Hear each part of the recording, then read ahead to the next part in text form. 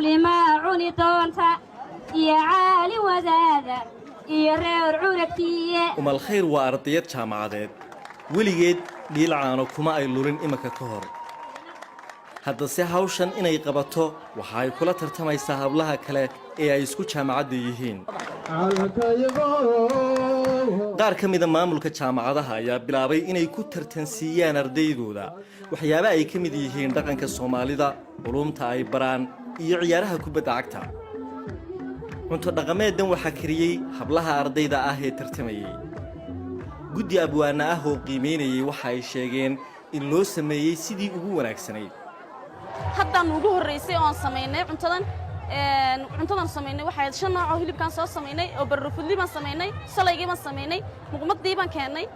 فلفل كمان سميناه نافنا عسى جاربا وسهرنا ناف كأنار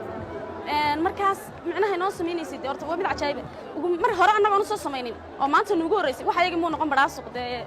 جودي دي وكيابين وكدل دقائق كروين عجائب يكون قطعي مركز وحابين نقول الدم لا هوست إسلامي كتير tartanada noocan ah ayaa maalmo socda waxaana loo bixiyay toddobaadka dhaqanka habeenbana waxa ku tartamay intii isku wax soo bandhigaysa tartankan qayb ayay ka yihiin gabdhaha iyo wiilashuba waxaana tartanada noocan oo kale ay dhiiri gelinayaan korna ay u qaadi karaan aqoon aan lagu baran dugsiyada kale kuwaasoo ku saabsan dhaqanka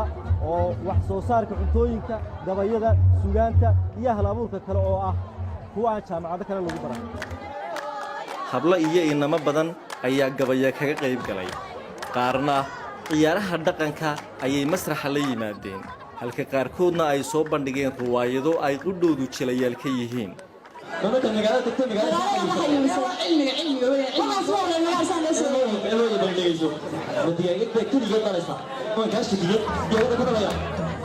muddada uu tababarkani socdo waxa ay ardaydu galaan jawi ka duwan kii fasallada